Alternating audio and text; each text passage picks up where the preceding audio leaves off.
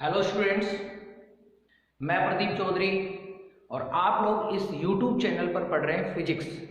Students, ये कक्षाएं अभी साइंस गुरुकुल के द्वारा संचालित की जा रही हैं।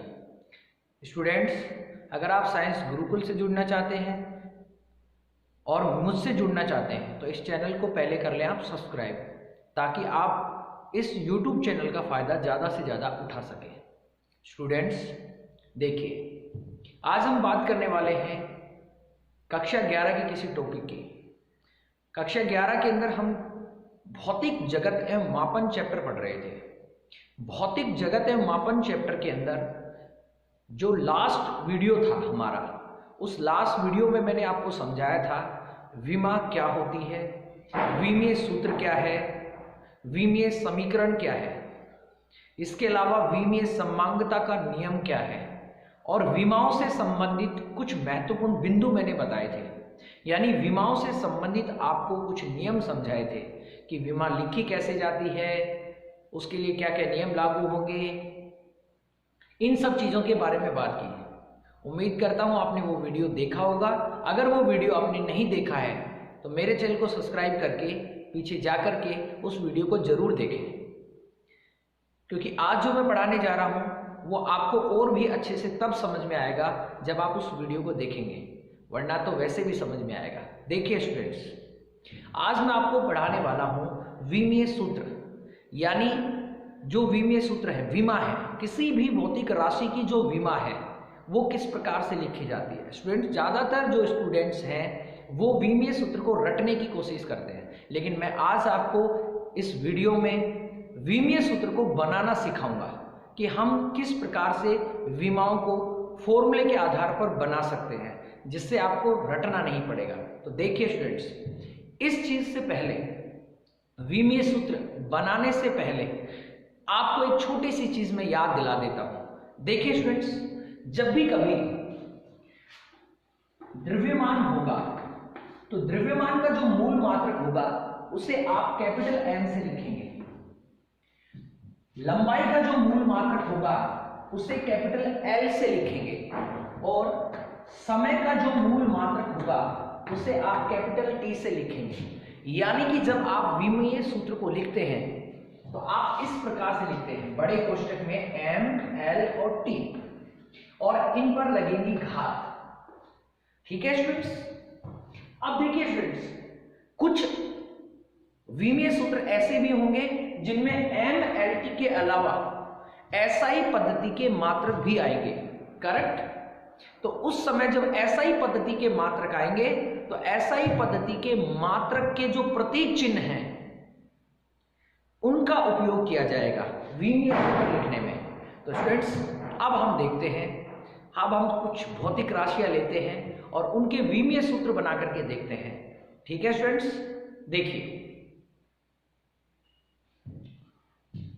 देखिए स्टूडेंट्स, मान लीजिए कोई आपसे कहता है कि क्षेत्रफल की विमा लिखिए, तो सबसे पहले आप क्षेत्रफल लिखिए। क्षेत्रफल, करेक्ट। स्टूडेंट, क्षेत्रफल का जो फॉर्मूला है वो क्या होता है? क्षेत्रफल का फॉर्मूला होता है लंबाई गुणा चौड़ाई। तो आप यहां पर लिख देंगे लंबाई गुणा चौड़ाई। करेक्ट। अब देखिए स्टूडेंट्स, एक बात ध्यान रखिए, चाहे कहीं पर लंबाई आ जाए, चाहे कहीं पर चौड़ाई आ जाए, गहराई आ जाए, विस्थापन आ जाए, दूरी आ जाए, ये सब चीजें लंबाई ही होती हैं। कैसे? क्योंकि जब आप किसी बिल्डिंग के नीचे खड़े होंगे और कहेंगे देखो कितना ऊंचा है, तो भी आप उसकी लंबाई मापेंगे। और जब आप किसी खाई के पास खड़े होंगे और ऊपर से खड़े होकर कहेंगे देखिए कितना गहरा है, तो भी आप उसकी लंबाई मापेंगे, तभी आपको गहराई पता लगेगी। करेक्ट। यानी ये सभी चीजें लंबाई, चौड़ाई, गहराई, ऊंचाई, दूरी, विस्थापन सभी किससे लिखे जाते हैं? एल से लिखे जाते हैं। अब देखिए आप स्टूडेंट्स, यहां पर हमारे पास क्षेत्रफल का फॉर्मूला हो गया लंबाई गुणा चौड़ाई। तो आपके पास लंबाई कितनी बार आया? एक बार, तो आप एल लिखेंगे। लंबाई एक बार आया तो इसकी घात कितनी लगाएंगे आप? एक लगाएंगे। अगर लंबाई दो बार आता तो घात कितनी लगाते? दो। तीन बार आता तो घात कितनी लगाएंगे? तीन। अब चौड़ाई आया है, तो चौड़ाई को भी हम L से लिखते हैं, तो कितनी पावर लगाएंगे 1। आप ध्यान दीजिएगा स्टूडेंट्स, जब भी कभी विमाओं में एक जैसे मात्रक आएंगे तो उनकी घात जोड़ी या घटाई जा सकती है। देखिए स्टूडेंट्स, यहां पर क्या होगा, यानी आप ऐसा भी समझ सकते हैं कि आधार समान है तो घातें जुड़ेंगी। तो देखिए यहां पर L की पावर 1 और यहां पर L की पावर कितनी है 1, तो यहां L की घात कितनी होगी 2, यहां पर L की घात होगी 2। ये अब स्टूडेंट्स आप ये कह सकते हैं कि क्षेत्रफल की जो विमा है वो बन गई L की पावर 2। लेकिन अगर इसको पूरे अच्छे तरीके से लिखेंगे तो हम कैसे लिख सकते हैं, देखिए हम लिखेंगे M L और T। स्टूडेंट्स इस पूरे फॉर्मूला में कहीं पर भी द्रव्यमान आया है, नहीं आया। जो राशि नहीं आएगी उसकी घात 0 लगेगी, तो यहां पर द्रव्यमान के लिए 0। अब देखिए यहां पर लंबाई कितनी बार है 2 बार, तो L की पावर कितनी होगी यहां पे 2। क्या इस फॉर्मूला में कहीं समय आया है, नहीं आया, तो यहां पर इसकी घात भी क्या रहेगी 0। तो देखिए स्टूडेंट्स हमारे पास क्या बन जाएगा, m की घात 0, L की घात 2 और T की घात 0। और ये जो विमा निकल करके हमारे पास आई है, ये विमा किसके लिए है, क्षेत्रफल की है। किसकी विमा है, क्षेत्रफल की। कैसे निकाली हमने, लंबाई गुणा चौड़ाई किया, फॉर्मूला लिखा और फॉर्मूले के अकॉर्डिंग वैल्यू लिखी और ये विमा हमारे पास आ गई। मान लीजिए अब हम आयतन की विमा निकालते हैं। दूसरी बात हम करते हैं आयतन के लिए। आयतन का फॉर्मूला होता है लंबाई गुणा चौड़ाई गुणा ऊंचाई। तो हम क्या लिखेंगे, लंबाई गुणा चौड़ाई गुणा ऊंचाई। अब देखिए स्टूडेंट्स लंबाई को किससे रिप्रेजेंट करेंगे, L से। ये हो गया, कितनी बार आया, 1 बार। उसके बाद चौड़ाई 1 बार आया, L लिखेंगे, पावर 1 लगा देंगे। उसके बाद ऊंचाई कितनी बार आया, 1 बार। किससे रिप्रेजेंट करेंगे, L से, तो यहां पर L 1। अब देखिए स्टूडेंट्स यहां पर आपको साफ साफ पता लग रहा है कि L की घात कितनी हो जाएगी, 1 2 और 3, तीनों जुड़ जाएगी। तो क्या लिखेंगे, यहां पर L की घात हमारे पास आ गई 3। और अब हम इसकी लिखेंगे विमा। तो कैसे लिखेंगे इसकी विमा, हम लिखेंगे M L और T। देखिए स्टूडेंट्स यहां पर कहीं पर भी द्रव्यमान नहीं आया, इसलिए इसकी घात 0 लगा देंगे। L की घात कितनी हो गई, 3 हो गई। और समय भी नहीं आया है, इसलिए इसकी घात क्या लगा देंगे, 0 लगा देंगे। करेक्ट। तो ये हमारे पास क्षेत्रफल की विमा थी और ये विमा किसकी हो गई, आयतन की विमा हो गई। अब हम आगे बढ़ते हैं, एक भौतिक राशि और लेते हैं। जैसे मान लीजिए स्टूडेंट आपसे कोई कहता है कि घनत्व की विमा बताइए, इसकी घनत्व। तो घनत्व की सूत्र क्या होता है, द्रव्यमान बटा आयतन। द्रव्यमान बटा आयतन। अब देखिए स्टूडेंट्स द्रव्यमान को किससे रिप्रेजेंट करते हैं, m से रिप्रेजेंट करते हैं। m की पावर कितनी हो जाएगी, 1। यहां इसे बड़े ब्रैकेट में बंद कर देंगे। और आयतन लंबाई गुणा चौड़ाई गुणा ऊंचाई। यानी हम क्या करेंगे ऐसी स्थिति में, एक तरीका तो ये होता है कि हम यहां लिखें लंबाई गुणा चौड़ाई गुणा ऊंचाई, ठीक है। या फिर हम डायरेक्ट, हमें पता है कि आयतन की विमा कितनी है, L की पावर 3। चाहे ये लिख दे चाहे ये लिख दे, जो छोटा रूप रहे उससे कोई दिक्कत नहीं है। तो हम क्या लिखेंगे, लंबाई गुणा चौड़ाई गुणा ऊंचाई। अब स्टूडेंट देखिए एक बात हम ध्यान रखेंगे, विमाओं को हम सीधे लिखेंगे, अनुपात में नहीं लिखेंगे, यानी नीचे करके नहीं लिखेंगे। तो फिर क्या करना पड़ेगा, इसका मतलब ये है कि जो हमारे पास नीचे लिखा हुआ है उसे हम ऊपर ले जाएंगे। और जब स्टूडेंट्स हम नीचे हमारे पास जो लिखा हुआ है जब हम इसे ऊपर ले जाएंगे तो इसकी घात अगर नीचे धनात्मक है तो ऊपर जाने के बाद ऋणात्मक हो जाएगी, और नीचे ऋणात्मक है तो ऊपर जाने के बाद धनात्मक हो जाएगी। यानी जब हम नीचे से ऊपर ले जाएंगे या ऊपर से नीचे ले जाते हैं तो घात का चिन्ह बदल जाता है। तो यहां पर हम क्या लिखेंगे, ऊपर वाले को एज इट इज लिखेंगे, m की पावर 1 और L की पावर ऊपर जाएंगे तो -3। अब हम लिखते हैं घनत्व की पूरी विमा। तो देखिए क्या लिखेंगे, m का पावर कितनी है 1, एल की पावर कितनी है -3 और इसमें कहीं पर भी समय नहीं आया है, इसलिए टी की घात कितनी हो जाएगी 0। तो ये था स्टूडेंट्स हमारे पास क्षेत्रफल की विमा, आयतन की विमा और घनत्व की विमा। अब हम बात करते हैं, आगे चलते हैं और हम एक जो विमा है वो लेते हैं चाल के लिए। किसके लिए? चाल की विमा। देखिए चाल का जो फॉर्मूला होता है स्टूडेंट्स वो होता है दूरी बटा समय। अब देखिए दूरी को किससे लिखते हैं? मैंने बताया L से। दूरी कितनी बार आया? एक बार। घात कितनी लग गई? 1। उसके बाद समय कितनी बार आया? 1। किससे लिखते हैं? T से। T की घात कितनी लगेगी? 1। अब आपको पता है विमा को ऐसे नहीं लिखते, कहां ले जाते हैं? ऊपर। ऊपर ले जाते हैं तो इसकी घात क्या होगी? बदलेगी। ऊपर वाले को एज इट इज लिखेंगे तो हम क्या लिखेंगे? L की पावर 1 और T की पावर -1। तो ये किसकी विमा आ गई? ये आ गई चाल की विमा। लेकिन स्टूडेंट्स अगर हम इसे पूरा फॉर्मेट में लिखेंगे तो कैसा लिखेंगे बताइए? m की घात 0 क्योंकि द्रव्यमान नहीं आया, फिर L की घात 1 और T की घात -1 और ये हमारे पास आ गई विमा। किसकी? चाल की। इसी प्रकार से अगर हम बात करते हैं किसके लिए? वेग के लिए। तो वेग का जो फॉर्मूला होता है फ्रेंड्स वो होता है विस्थापन बटा समय। करेक्ट? तो विस्थापन भी क्या है? लंबाई है यहाँ पे, तो किससे लिखेंगे? L से। कितनी बार आया? एक बार। और समय T से। T कितनी बार? एक बार।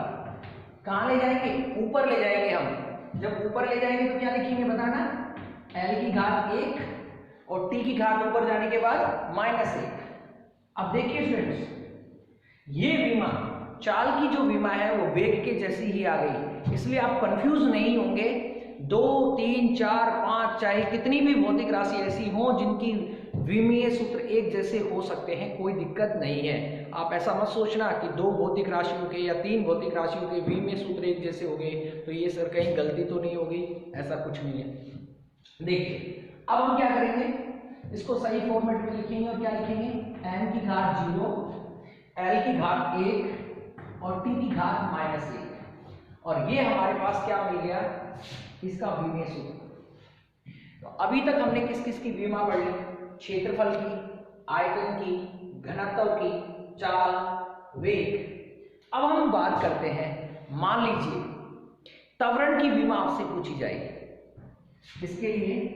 त्वरण के लिए।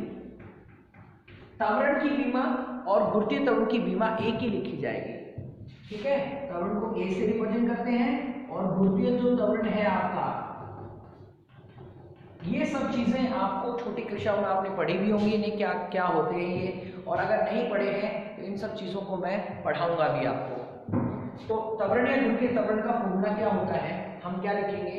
वेग बटा समय, या हम ऐसे लिख सकते हैं वेग में परिवर्तन, क्योंकि त्वरण क्या होता है? वेग में परिवर्तन की दर क्या कहलाता है? त्वरण। तो क्या कहेंगे? वेग बटा समय। अब आपको अच्छे से पता है कि यहाँ पर वेग की विमा ये लिखी हुई है, हमने फाइंड आउट कर ली है। तो हम क्या करेंगे? यहाँ पर वेग की विमा लिखेंगे m0 L1 T की पावर -1।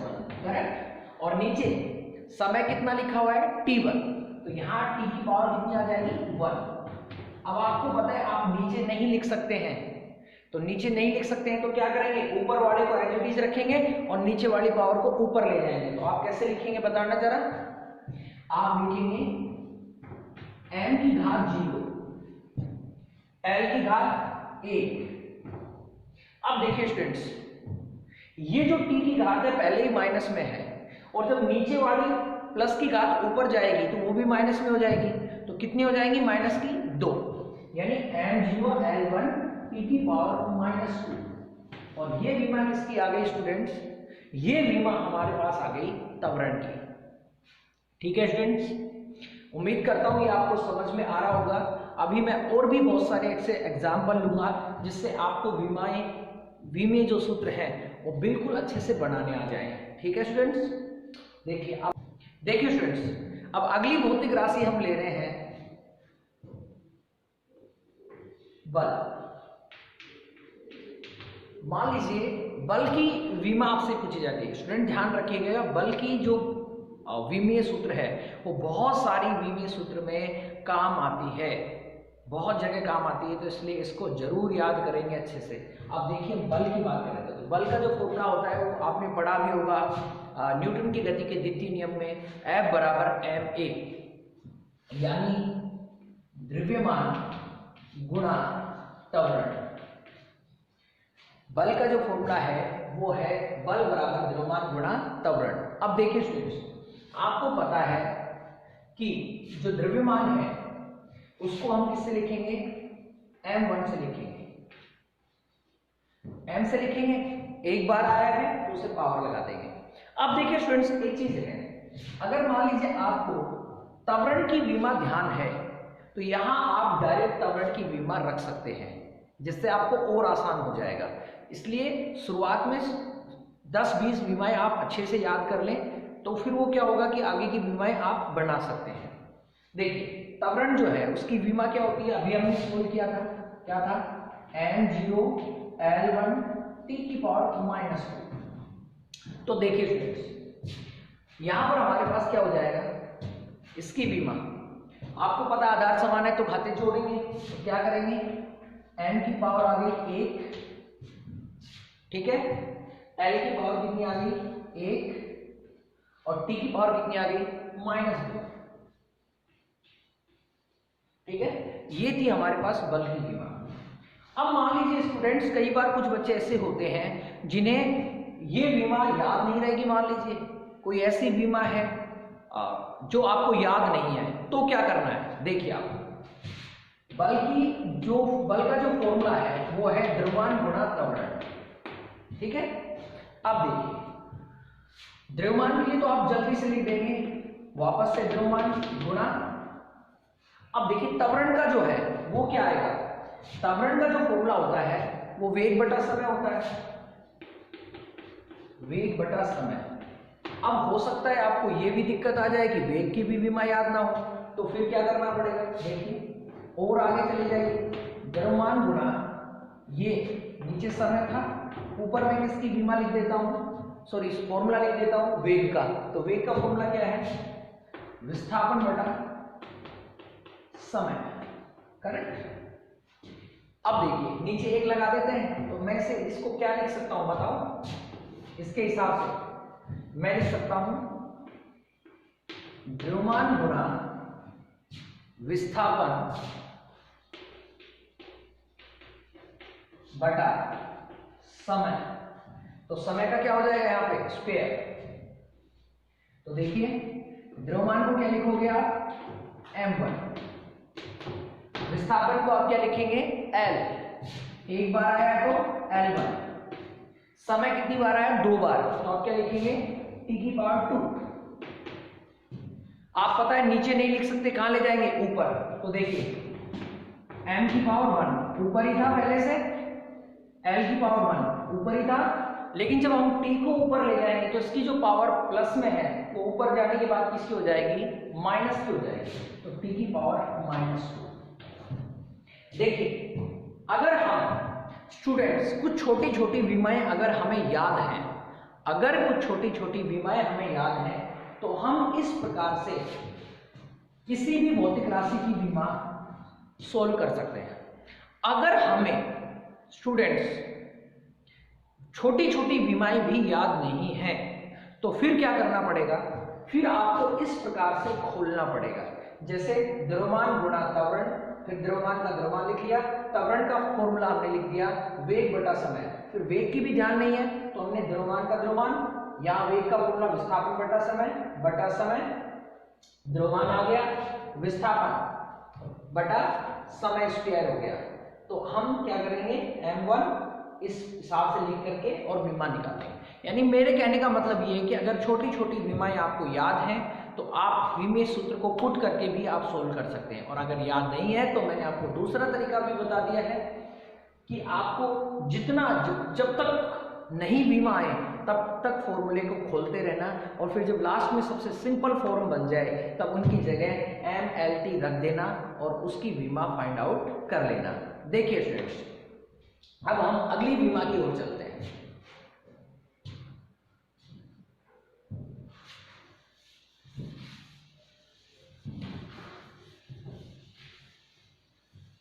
हो गया बल। बल के बाद अगर हम बात करते हैं, जैसे सपोज कीजिए स्टूडेंट्स, हम बात करते हैं पृष्ठ नाव। तो पृष्ठ नाव का सूत्र होता है बल बटा लंबाई। अब देखिए बल की विमा ऊपर लिखी हुई है, क्या होती है, m की पावर 1 l की पावर 1 t की पावर -2। लंबाई को किससे लिखेंगे, L1 से। अब क्या करेंगे, इसको ऊपर ले जाएंगे। तो ऊपर जब आप ले जाएंगे तो इसकी पावर किस में हो जाएगी, प्लस की है तो किस में चली जाएगी, माइनस में। तो मैं ऊपर वाले को एज इट इज लिखता हूं, क्या लिखूंगा बताइए, m की पावर 1 l की पावर 1 t की पावर -2। ऊपर वाले को एज इट इज लिख दिया मैंने, बड़े ब्रैकेट में बंद कर दिया, और इसको ऊपर ले जाऊंगा तो क्या लिखूंगा बताइए, l की पावर -1। अब हम क्या करेंगे, आधार समान है तो बातें जोड़ देंगे इनकी। तो क्या लिखेंगे, m की पावर 1 l की पावर, देखिए l की जो पावर है यहाँ प्लस की है और यहाँ माइनस की है, जब जुड़ेंगी तो एक प्लस की एक माइनस की तो 0। तो l की पावर हो गई 0 और t की पावर -2। और ये हमारे पास किसकी विमा आ गई, पृष्ठ तनाव की विमा आ गई। अब ऐसे ही अगर हमारे पास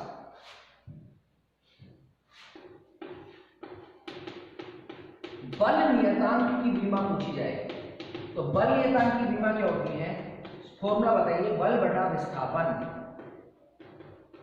तो बल बटा विस्थापन आप कैसे लिखेंगे, बल की विमा वही m1 l1 t की पावर -2। विस्थापन यानी लंबाई, अगर आप देख रहे होंगे तो सोच रहे होंगे सर ने एज इट इज लिख दिया। अब क्या कर सकते हैं, ऐसा ही है तो ऐसा ही करना पड़ेगा, एक जैसा है तो फिर इसको ऊपर ले जाएंगे, ठीक। तो ये पावर किसमें चली जाएगी, माइनस में। तो मैं इसे डायरेक्ट भी लिख सकता हूं, देखिए m की पावर 1। अब देखिए स्टूडेंट्स, l की पावर यहाँ +1 है, इसको मैं ऊपर ले जाऊंगा तो -1, +1 और -1, l की पावर 0 और t की पावर कितनी है, -2। और ये विमा किसकी आ गई हमारे पास, बल नियतांक की। तो आप देख रहे होंगे पृष्ठ तनाव की बीमा और बल नियतांक की बीमा एक जैसी आ गई, इससे कोई फर्क नहीं पड़ता, हमें ध्यान रखना है बस। ये तो हमारे लिए बेनिफिट और है कि एक जैसी भौतिक राशियों की बीमाएं हैं, अगर मान लीजिए कुछ, तो उनको एक साथ रखेंगे उनके नाम और आसानी से याद कर लेंगे। देखिए स्टूडेंट्स आगे बढ़ते हैं। अब मान लीजिए आपसे पूछा जाता है बल आघूर्ण, बल आघूर्ण। बल आघूर्ण का जो फॉर्मूला हमारा होता है वो होता है बल गुणा दूरी। क्या होता है, बल गुणा दूरी। तो हम क्या करेंगे बताइए, बल की बीमा लिखेंगे m1 l1 t की पावर -2 और दूरी को क्या लिखेंगे l1। क्यों, क्योंकि एक बार आई है। अब आधार समान है तो क्या कर देंगे, घातें जोड़ देंगे। तो क्या लिखेंगे बताइए, m की पावर 1 l की पावर 1 और 1 2 और l की पावर यहां पर कितनी है 2 हो गई, t की पावर -2। तो ये हमारे पास आ गया m1 l2 t की पावर -2। बल आघूर्ण का फॉर्मूला क्या है, बल गुणा दूरी। अब देखिए मान लीजिए एक और लेते हैं, आपसे पूछ लिया जाए जड़त्व आघूर्ण। ये सब चीजें स्टूडेंट्स 11th सिलेबस में हैं, आगे इन सब चीजों का मतलब आपको पता लगेगा। अभी सिर्फ इनके फॉर्मूले हमें ध्यान रखने पड़ेंगे, खास करके विमाओं के लिए।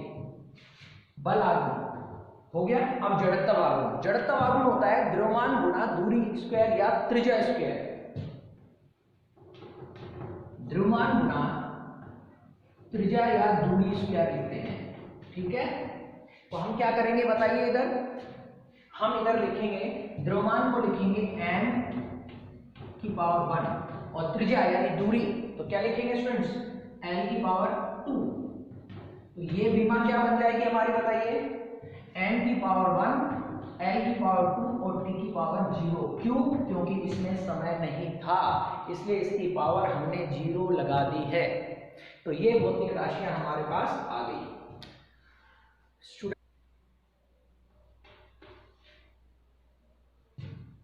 देखिए स्टूडेंट्स, अब हम लेते हैं कार्य या ऊर्जा। देखिए स्टूडेंट्स, अब हम क्या लेते हैं, कार्य या ऊर्जा। कार्य या ऊर्जा, कार्य या ऊर्जा का जो फॉर्मूला होता है वो होता है बल गुणा विस्थापन। बल गुणा विस्थापन। स्टूडेंट्स, बल की विमा क्या है, m की पावर 1, l की पावर 1, t की पावर -2। उम्मीद करता हूं अब ये याद भी हो गई होगी आपको। विस्थापन एक बार आया है l की पावर 1, तो क्या करेंगे अब हम लिखेंगे m की पावर 1, l की पावर 1 और 1 2 और t की पावर -2। ये हमारे पास आ गई है कार्य या ऊर्जा की विमा। ठीक है स्टूडेंट्स, अब हम आगे लेते हैं। मान लीजिए हमें तरंग दैर्घ्य की विमा लिखनी है।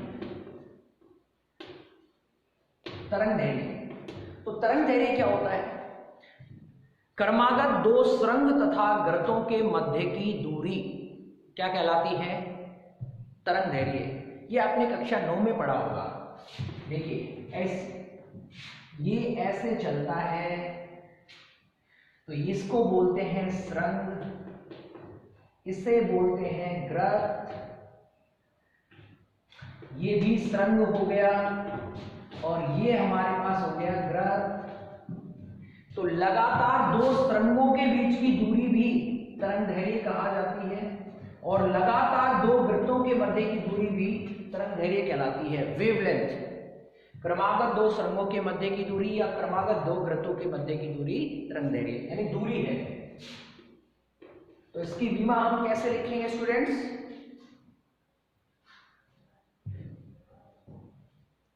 देखिए हम इसकी विमा लिखेंगे l की पावर 1, क्योंकि दूरी को l से लिखेंगे तो पूरी विमा कैसे लिखेंगे इसकी, m की पावर 0, l की पावर 1 और t की पावर 0। अब जैसे मान लीजिए कोई आपसे पूछता है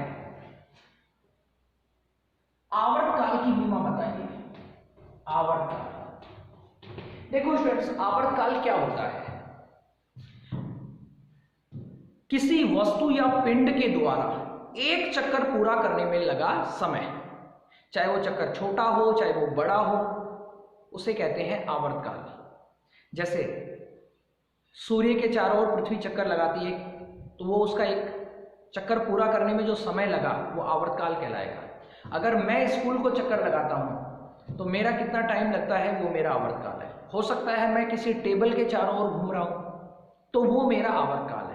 यानी आवर्तकाल सेकंड में भी हो सकता है, मिनट में भी हो सकता है, घंटे में भी हो सकता है, वर्ष में भी हो सकता है। यानी कि समय होता है, समय।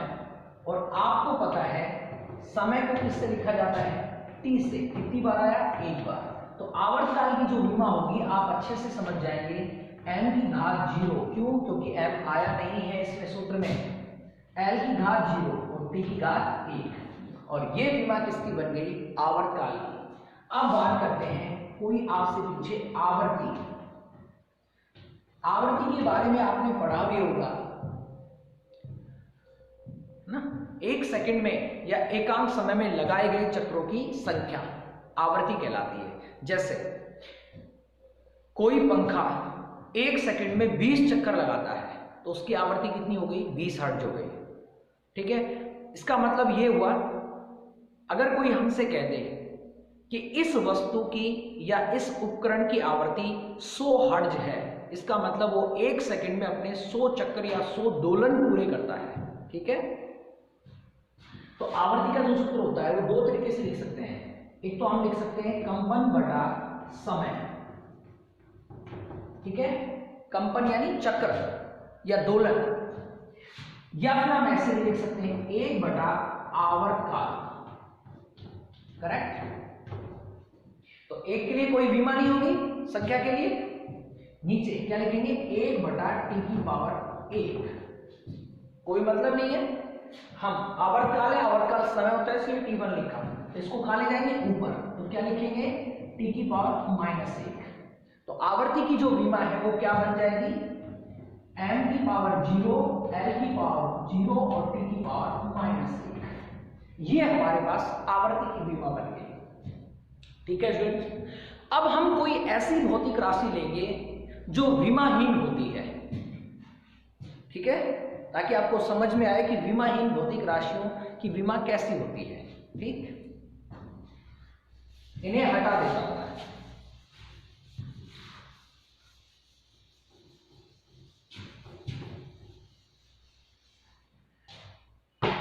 देखिए स्टूडेंट्स, मान लीजिए हम बात करते हैं विकृति। विकृति की विमा, विकृति क्या होती है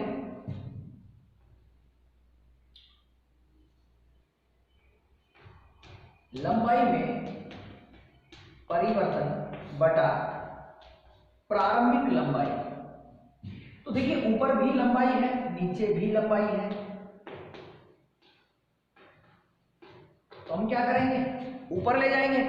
ऊपर ले जाएंगे तो l⁻1 पहले से प्लस की है और नीचे वाली l⁻- में जाएगी, क्योंकि प्लस की है तो चिन्ह बदल जाएगा। आधार समान है तो घातें जुड़ेंगी तो l⁻ कितनी हो जाएगी 0। और इसे अगर सही तरीके से हम लिखेंगे तो क्या लिखेंगे m⁻0 l⁻0 और t⁻0। स्टूडेंट्स देखिए, मैंने आपको बताया है कि कभी भी m-l-t यानी सभी मूल मात्रकों की घात यदि शून्य आ जाए, यानी इस प्रकार से किसी भौतिक राशि का विमीय सूत्र प्राप्त हो जाए, तो वो जो भौतिक राशि है वो आपकी विमाहीन भौतिक राशि कहलाती है। देखिए विकृति को हम क्या कहेंगे विमाहीन भौतिक राशि कहेंगे। अब स्टूडेंट्स एक एग्जांपल इसका और ले लेता हूं मैं।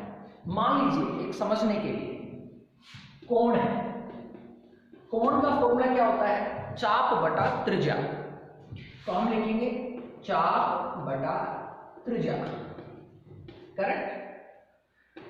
तो चाप बटा त्रिज्या, चाप क्या है स्टूडेंट्स, जब हम चाप काटते हैं तो 1 सेंटीमीटर 2 सेंटीमीटर 3 सेंटीमीटर इसी प्रकार से लेते हैं, यानी वो लंबाई है। तो इसे किससे लिखेंगे L1 से, क्योंकि एक बार त्रिज्या 1 सेंटीमीटर 2 सेंटीमीटर 3 सेंटीमीटर है तो लंबाई है तो उसे भी आप किससे लिखेंगे L से। तो लेकिन एक बार आया तो एक पावर, तो हम इससे कहां ले जाएंगे ऊपर ले जाएंगे तो l⁻1 पहले से ऊपर वाली प्लस में है, नीचे वाली किस में जाएगी माइनस में, तो l⁻⁻1।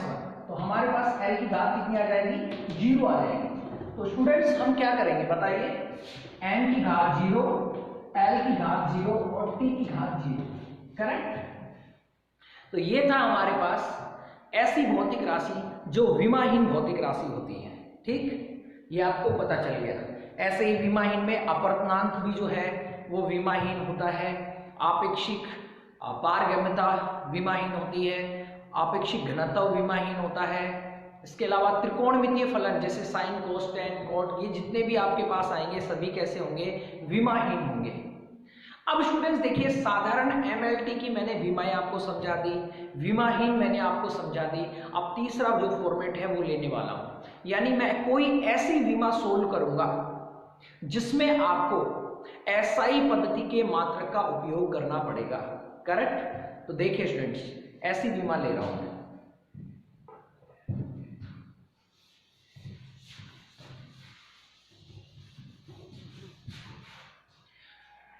देखिए स्टूडेंट्स, मान लीजिए हम बात करते हैं एक, पहले इसको समझने से पहले हम क्या करते हैं विद्युत धारा ले। मान लीजिए हमें आवेश की विमा निकालनी है, आवेश।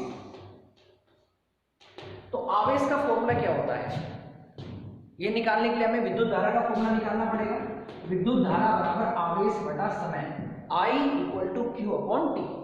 तो Q यानी आवेश, इसको इधर ले जाएंगे तो Q बराबर I गुणा T। अब देखिए स्टूडेंट्स, यहां पर हमारे पास क्या है आवेश बराबर में विद्युत धारा गुणा समय। देखिए स्टूडेंट्स, अभी तक हमारे पास या तो द्रव्यमान की बात हुई है, या लंबाई की बात हुई है, या समय की बात हुई है, लेकिन यहां पर आ गया विद्युत धारा। स्टूडेंट्स एक बात ध्यान रखेंगे, कभी भी अगर कोई ऐसी भौतिक राशि आ जाए जिसके सूत्र के अंदर एसआई पद्धति का मात्रक उपयोग हो, तो विमा लिखते समय उस मात्रक के प्रतीक चिन्ह का उपयोग करेंगे। जैसे विद्युत धारा का मात्रक क्या होता है? एम्पियर, और एम्पियर को किससे रिप्रेजेंट करते हैं? ए से। तो इसलिए हम यहां पर लिखेंगे ए। कितनी बार आया? एक बार। ये हमारे पास हो गया। फिर समय, तो हम इसे क्या लिख देंगे? एक बार जनरली शॉर्ट में लिखेंगे तो हम ऐसे लिख देंगे A1 T1। लेकिन अब पूरा फॉर्मेट सही तरीके से लिखेंगे तो क्या करेंगे? हम लिखेंगे m की घात 0, l की घात 0, t की घात 1 और a की घात 1। ये हमारे पास क्या आ गई? ये हमारे पास आवेश की विमा आ गई। किसकी विमा आ गई? आवेश की। स्टूडेंट्स हमें समझ में आ रहा है बहुत अच्छे से। मेरे हिसाब से हमने सभी प्रकार की विमाएं सोल्व करके देख ली। अब मैंने आपको विमाएं समझा दी हैं, विमेय सूत्र किस प्रकार से बनाने हैं। मैंने दो तरीके आपको बताए हैं। एक तरीका विमेय सूत्र से छोटे छोटे विमेय सूत्र याद करके दूसरे विमेय सूत्र कैसे बना सकते हैं, और एक तरीका मैंने आपको ये भी बताया है कि आप किसी फॉर्मूले को पूरी तरह से खोल करके विमेय सूत्र बना सकते हैं, वो किस प्रकार से बना सकते हैं। ठीक है स्टूडेंट्स, अब आपको रटना नहीं पड़ेगा। लेकिन ऐसे ही हमारे पास बहुत सारी भौतिक राशियां होती हैं, और उन भौतिक राशियों को के विमेय सूत्र को भी आपको याद करना पड़ेगा।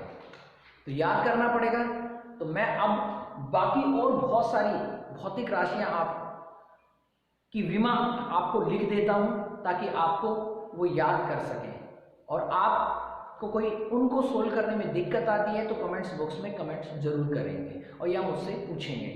अब मैं आपके लिए और बाकी विमाएं लिख रहा हूं। ठीक है स्टूडेंट्स, देखिए स्टूडेंट्स, कुछ और विमाएं हैं, उनको भी मैं लिख रहा हूं ताकि अपने याद कर सके।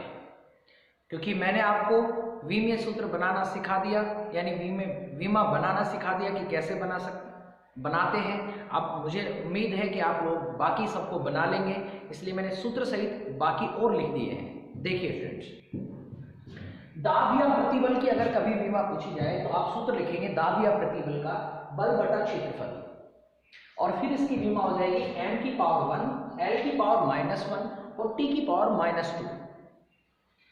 अगर कभी वेग प्रवणता की विमा पूछी जाती है तो आप लिखेंगे वेग बटा दूरी, और इसकी विमा आ जाएगी m की पावर 0, l की पावर 0 और t की पावर -1। इसी प्रकार से अगर आपसे संयांतर गुणांक की विमा पूछी जाए तो इसका सूत्र होता है बल बटा क्षेत्रफल गुणा वेग प्रवणता, और इसकी विमा हो जाएगी m1 l की पावर -1 और t की पावर -1। ऐसे ही गुरुत्वीय त्वरण,